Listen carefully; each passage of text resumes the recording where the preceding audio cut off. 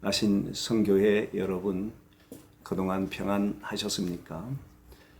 우리 아신에서는 3월 첫 주를 민족주간으로 지킵니다. 특별히 민족주간에 함께 나눌 말씀은 느헤미야 1장 전체를 보려고 합니다. 그러나 읽기는 느헤미야 1장 11절 말씀만 봉독하도록 하겠습니다. 제가 봉독해 드립니다. 주여 구하오니 귀를 기울이사 종의 기도와 주의 이름을 경외하기를 기뻐하는 종들의 기도를 들으시고 오늘 종이 형통하여 이 사람들 앞에서 은혜를 얻게 하옵소서 하였나니 그때에 내가 왕의 술 맡은 관원이 되었느니라. 아멘. 오늘 느헤미야의 말씀은 느헤미야가 페르시아 수상궁에서 술 맡은 관원으로 있을 때 동생 하나니가 찾아와서 예루살렘의 형편에 대해서 이야기하는 이야기로 시작합니다.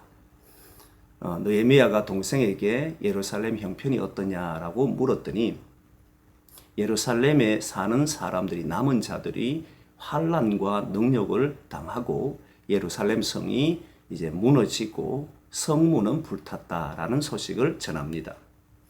그랬더니 느헤미야가 그 자리에 앉아서 수일 동안 울면서 슬퍼했다, 이렇게 성경은 기록되어 있습니다. 그런데 가만히 생각해 보면 사실 우리가 수일 동안 슬퍼하면서 그 자리에 주저앉아서 우는 일이 잘 없습니다. 대부분의 사람들은 이렇게 수일 동안 슬퍼하며 울게 되는 경우를 보게 되면 대부분은 사실 자기의 가족이나 자기의 삶의 근간이 무너지는 그런 일이 일어났을 때에 비로소 그런 행동을 보입니다. 그런데 느헤미야는 예루살렘에 살고 있는 사람들이 환난과 능력을 당했고 예루살렘 성이 무너졌고 성문이 불탔다는 이유로 인해서 수일 동안 그 자리에 주저앉아 울었다는 것은 정말 놀라운 일입니다.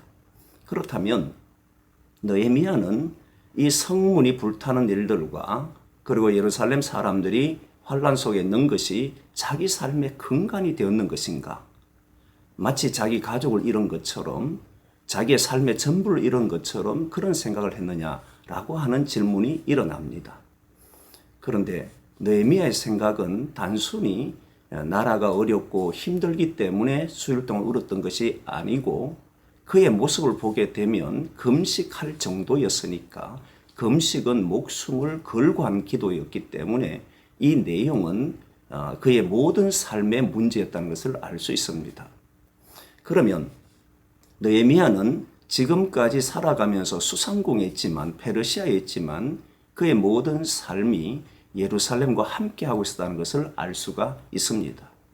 이는 무엇을 의미하느냐면 오늘날 많은 사람들이 자기가 살아가는 데 있어서 겨우 자기의 삶의 주변, 가장 사랑하는 사람이나 가장 아끼는 일들과 자기의 삶의 근간이 자기 주변밖에 잘 없어요. 그러나 느헤미야는 나라를 생각했고 민족을 생각하며 살았다는 것을 알 수가 있습니다. 그렇기 때문에 수일 동안 앉아서 울었던 것이죠. 그런데 이 내용을 가만히 보면 사실 우리도 나라가 무너지게 되면 나라는 존재가 어디에 있을까? 그리고 교회 공동체라고 하는 한국교회가 무너지면 나의 존재는 어디에 있을까 생각해 보면 결국 우리는 나라와 공동체 속에 있는 사람임을 발견하게 됩니다. 그렇다면 느헤미야는 이미 그의 모든 생각과 사고 속에는 나라라고 하는 큰 생각을 가지고 살아왔던 사람이에요.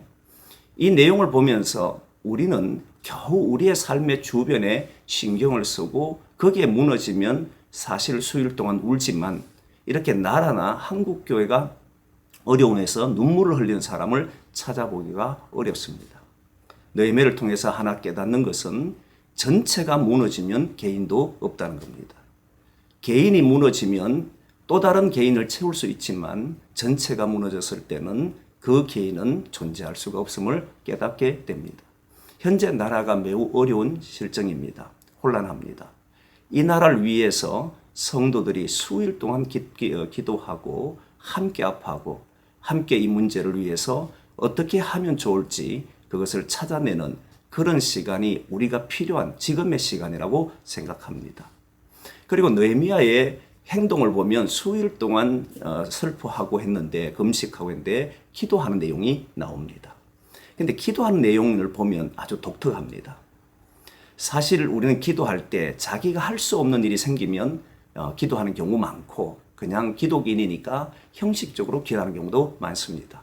그런데 느헤미야 1장 8절에서 9절의 말씀을 보게 되면 하나님 앞에 범죄하면 여러 나라로 흩을 것이고 또 하나님 앞에 돌아와서 회개하면 돌아와서 말씀을 지키고 언약을 지키면 하늘 끝에 있어도 다시 모으신다는 그 약속을 붙들고 기도합니다.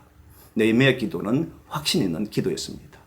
어느 곳에 있더라도 하나님의 계명을 지키는 자가 있다면 그 모든 일들은 다시 회복시킨다는 믿음이 있었기 때문에 그는 이 문제의 해결을 기도로부터 시작했던 겁니다.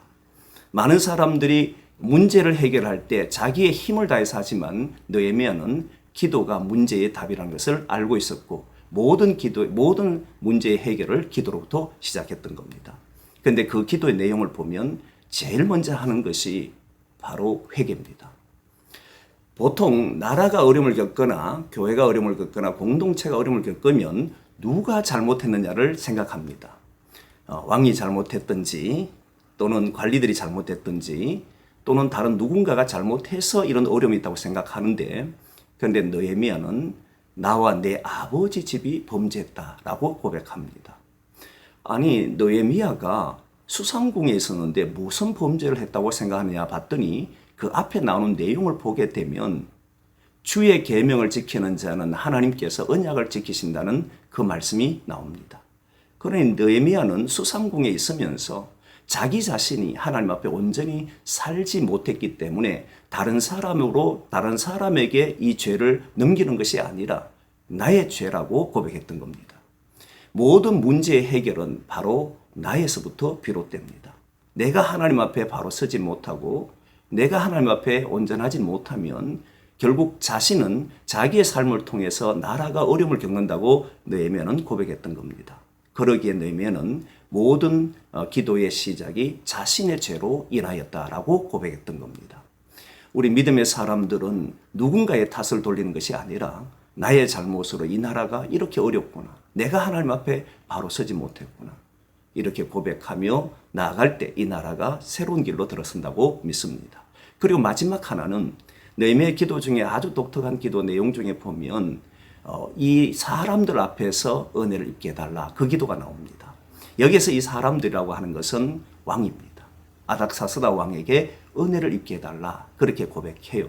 이유가 뭐냐면 느헤미야는 술 맡은 관원으로서 수상궁에서 있었기 때문에 왕의 허락 없이는 갈 수가 없었던 겁니다. 그런데 가만히 보면 사실 우리는 이렇게 기도하면 됩니다. 이 나라를 구해 주십시오. 그 나라의 왕을 바르게 세워주십시오. 지도자를 세우셔서 그 나라를 바꾸어 주십시오라고 기도하면 되는데 왜 느헤미야는 왕에게 은혜를 입게 해달라냐면 돌아가서 내가 그 일을 해야 하기 때문에 그렇게 기도합니다. 이 말은 그곳에 가면 그는 기다리고 있는 것이 고통과 아픔이고 수많은 방해와 수많은 사람들이 자기를 죽이려고 하는 상황까지 벌어지지만 그는 자신이 가서 자기의 해야 될 일을 하려고 했던 겁니다. 성벽을 쌓는 일을 그는 하려고 했습니다. 이처럼 믿음의 사람들은 그냥 나라의 아픔과 힘듦을 보면서 하나님 고쳐주십시오, 회복시켜 주십시오라고 기도하는 사람들이 아니라 내가 무엇을 해야 하는지 하나님께 기도하고 하나님의 뜻을 구하며 그 일을 감당하는 구체적으로 행동하는 사람들이 바로 신앙인들입니다. 현재 나라가 어려울 때 우리 모두가 나의 잘못인 줄 알고 하나님 앞에 내가 무엇을 해야 되는지 찾고 그 일을 할 수 있는 그런 저와 여러분 되기를 소망합니다.